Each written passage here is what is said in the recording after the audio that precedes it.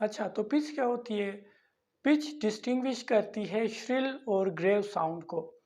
दो साउंड्स जो एक श्रिल हो और दूसरा ग्रेव हो, तो उनमें जो डिफरेंस हमें मालूम होता है वो पिच की वजह से होता है।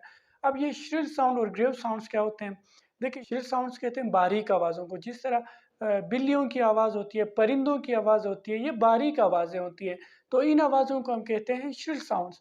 और एक होता है ग्रेव साउंड्स। ग्रेव साउंड्स कहते हैं हम भारी आवाज़ों को, जिस तरह मर्दों की आवाज़ होती है, लड़कों की आवाज़ होती है, भारी आवाज़ होती है, या डॉग्स की जो साउंड्स होती हैं वो भारी साउंड्स होती हैं, जिनको हम ग्रेव साउंड्स कहते हैं। अब जो श्रिल साउंड्स और ग्रेव साउंड्स में डिफरेंस आता है, ये है पिच की वजह से। जो श्रिल साउंड्स होती हैं उनकी फ्रीक्वेंसी हाई होती है और उनका वेवलेंथ कम होता है, और जो ग्रेव साउंड्स होती हैं उनकी फ्रीक्वेंसी कम होती है और वेवलेंथ ज़्यादा होती है। तो जो पिच है ये डिपेंड करता है साउंड्स के फ्रीक्वेंसी पर। अगर किसी साउंड का फ्रीक्वेंसी हाई है तो उसका पिच भी हाई होगा, और अगर किसी साउंड का फ्रीक्वेंसी लो है तो उसका पिच भी लो होगा। ठीक है। अब मर्दों की आवाज़ जो ग्रेव साउंड्स होते हैं उनकी फ्रीक्वेंसी कम होती है, इस वजह से मर्दों की आवाज़ की पिच भी कम होती है। और जो फीमेल के जो लड़कियों के गर्ल्स की आवाज़ होती है उनकी फ्रीक्वेंसी हाई होती है, इस वजह से उनका जो साउंड्स है उनके पिच भी हाई होते हैं। तो पिच डिपेंड करता है फ्रीक्वेंसी पर। जब फ्रीक्वेंसी हाई होगी तो पिच भी हाई होगा, जब फ्रीक्वेंसी लो होगी तो पिच भी लो होगा। ठीक है, मैं यहाँ पे लिख देता हूँ। पिच डिपेंड करता है फ्रीक्वेंसी पर। ठीक है, डायरेक्टली डिपेंड करता है फ्रीक्वेंसी पर। मीन्स कि जब फ्रीक्वेंसी हाई होगी तो पिच भी हाई होगा, फ्रीक्वेंसी लो होगी तो पिच भी लो होगा। ठीक है। और इसी तरह जो फ्रीक्वेंसी है ये इन्वर्सली प्रोपोर्शनल होता है वेवलेंथ का। आपने पैरामीटर्स पढ़े होंगे वेव्स के कि फ्रीक्वेंसी और वेवलेंथ आपस में इन्वर्सली रिलेशन में होते हैं। ठीक है, फ्रीक्वेंसी और वेवलेंथ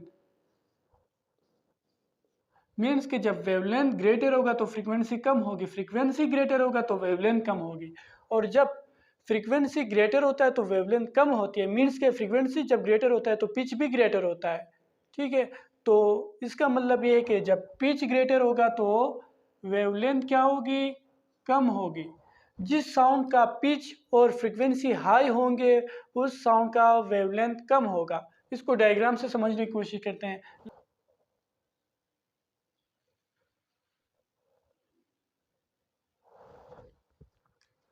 ये हमारे पास दो साउंड्स हैं, आप इनको ज़रा गौर से देखें।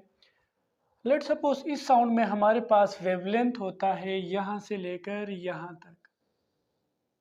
ठीक है, ये है हमारा वेवलेंथ, एक पॉइंट से दूसरे उस पॉइंट तक जहाँ पे वेव रिपीट होने लग जाता है। और यहाँ पे वेवलेंथ को देखें ज़रा। लेट सपोज इस पॉइंट से लेकर इस पॉइंट तक, ये जो मिडल वाला है ये होता है वेवलेंथ। ठीक है। अब पहले वाले का वेवलेंथ कम है, दूसरे वाले का वेवलेंथ ज़्यादा है। मीन्स कि दूसरे वाले का अगर वेवलेंथ ज़्यादा है तो उसकी क्या होगी? फ्रीक्वेंसी लो होगी। ठीक है, फ्रीक्वेंसी लो होगी और इसका पिच भी लो होगा। ठीक है,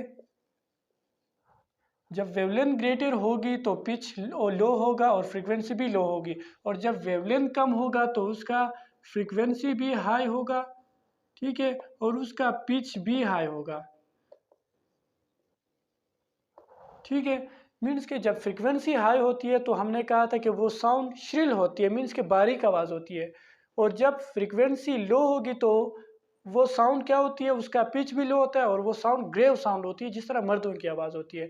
मीन्स के जब फ्रीक्वेंसी हाई होगा तो वेवलेंथ कम होगी, और जब जो है वेवलेंथ कम होगी तो फ्रीक्वेंसी हाई होगा, और जब फ्रीक्वेंसी हाई होता है तो पिच भी हाई होता है, और जब फ्रीक्वेंसी लो होती है तो पिच भी लो होती है। ये रिलेशन है। इसको अब अगर मैथमेटिकली प्रूफ करना चाहें इस रिलेशन को कि फ्रीक्वेंसी और वेवलेंथ का, आपने वो इक्वेशन पढ़ा होगा v equals to f lambda first unit में। ठीक है, वो वेव्स में पढ़े होंगे। अगर आप यहाँ से फ्रीक्वेंसी की वैल्यू फाइंड आउट करना चाहते हो तो v इस तरफ आएगा तो डिवीजन में आ जाएगा। ठीक है, v over f is equals to lambda बन जाएगा। अब यहाँ पे देख सकते हैं कि लेमडा और फ्रीक्वेंसी जो है अपोजिट में है। ठीक है, मीन्स के अगर वेवलेंथ ग्रेटर होगी तो फ्रीक्वेंसी स्मॉल होगा, अगर फ्रीक्वेंसी स्मॉल होगी तो वेवलेंथ ग्रेटर हो जाएगा, ये रिलेशन है। ठीक है, अच्छा तो पिच क्लियर है। नेक्स्ट है लाउडनेस। लाउडनेस कहते हैं हम साउंड एनर्जी को। जब साउंड एनर्जी ग्रेटर होगी तो लाउडनेस ग्रेटर होगा, और जब साउंड एनर्जी कम होगी तो लाउडनेस भी कम होगा। लाउडनेस कहते हैं हम ऊंची आवाज़ और धीमी आवाज़ के दरमियान डिफरेंस को। ऊंची आवाज़ का लाउडनेस ज़्यादा होता है और धीमी आवाज़ का लाउडनेस कम होता है। मीन्स कि ये डिपेंड करता है साउंड एनर्जी पर।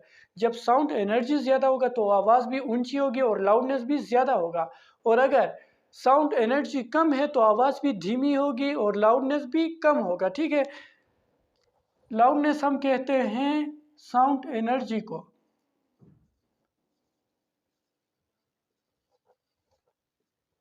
जब साउंड एनर्जी ग्रेटर होगी तो लाउडनेस ग्रेटर होगा, जब साउंड एनर्जी कम होगी तो लाउडनेस कम होगा। और ये लाउडनेस और साउंड एनर्जी ग्रेटर कब होते हैं? जब एम्पलीट्यूड ज़्यादा होगा। ठीक है, एम्पलीट्यूड जब ज़्यादा होगा तो लाउडनेस और साउंड एनर्जी भी ज़्यादा होंगे, और जब एम्पलीट्यूड कम होगा तो लाउडनेस और साउंड एनर्जी कम होगी। अब देखिए यहाँ पे हमने फ्रीक्वेंसी और जो है वेव स्पीड वी, जहाँ पे v is equals to f lambda, और लेमडा क्या है, वेवलेंथ फ्रीक्वेंसी, ये तमाम चीज़ें हमने डिस्कस की हुई हैं, आपको लिंक डिस्क्रिप्शन में मिल जाएगा। ठीक है, तो लाउडनेस और साउंड एनर्जी इंक्रीज तब होंगे, ज़्यादा तब होंगे जब एम्पलीट्यूड ग्रेटर होगा। ठीक है, और जब एम्पलीट्यूड कम होगा तो लाउडनेस भी कम होगी। ठीक है, ये डिपेंड करते हैं एम्पलीट्यूड पर।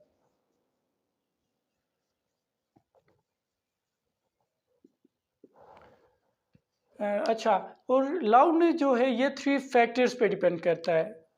सबसे पहला फैक्टर है area of vibrating body. Area of vibrating body.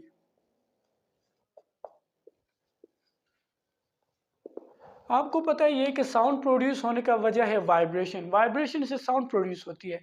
अब जो वाइब्रेट करता है, जो मीडियम वाइब्रेट करता है, उसका एरिया कितना है। अगर एरिया स्मॉल है तो लाउडनेस कम होगा, मीन्स कि साउंड एनर्जी कम होगी तो लाउडनेस भी कम होगा।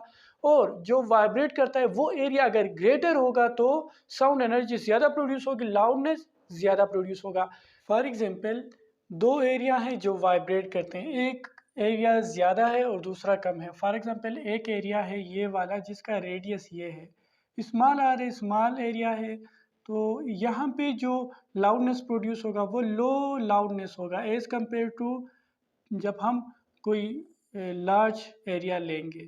ठीक है, लेट सपोज ये वाला एरिया है जिसका आर ये है रेडियस, मीन्स के ज़्यादा एरिया है और ये वाइब्रेट करता है, तो यहाँ पे क्या होगा, लाउडनेस भी क्या होगी, हाई होगी, हाई लाउडनेस होगी। ठीक है, मीन्स के हाई लाउडनेस का मतलब है कि इसमें ज़्यादा एनर्जी है, मोर साउंड एनर्जी है। ठीक है, मोर साउंड एनर्जी है, और इसमें जो है लो साउंड एनर्जी है, कम साउंड एनर्जी है। ठीक है, अच्छा, दूसरा डिपेंड करता है, दूसरा फैक्टर है distance from the source.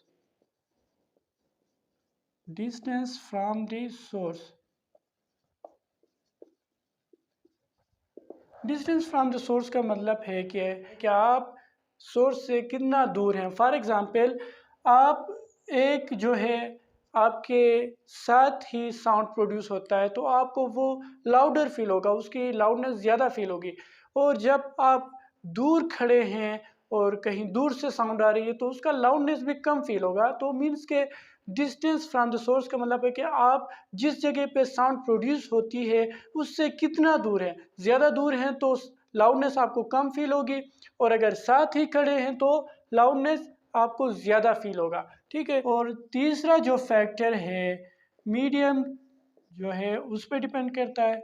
Medium through which sound is travelling, through which sound is traveling, sound is propagating, sound is traveling या propagating, मीन्स के साउंड किस मीडियम से ट्रेवल करता है, उस मीडियम पे डिपेंड करता है कि मीडियम कौन सा है जिसके ज़रिए साउंड ट्रेवल करता है। फॉर एग्जांपल, एक मीडियम आपके पास है air.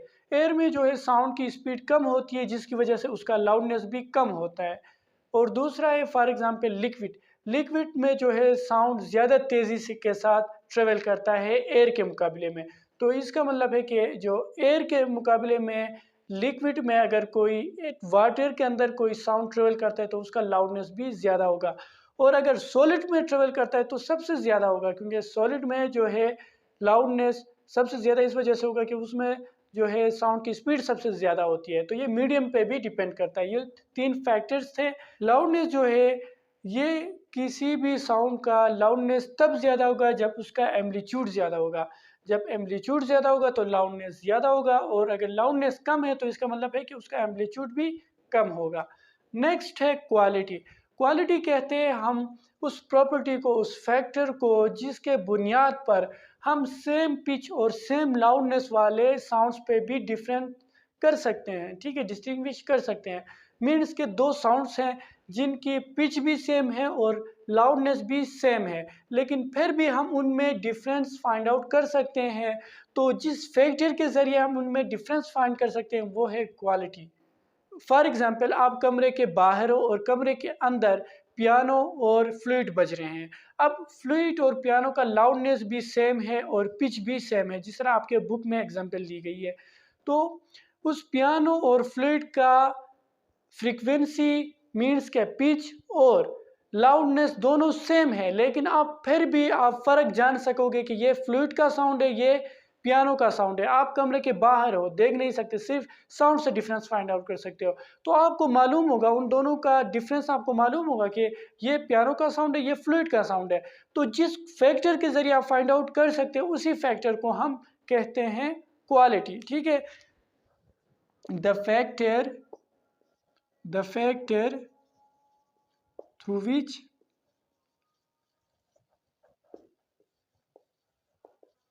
sounds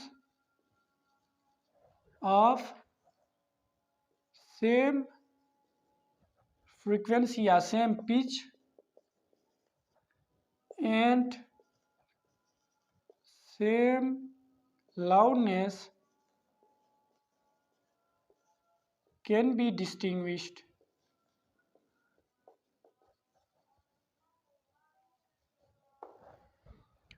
The factor through which sounds of same pitch and same loudness can be distinguished is called quality.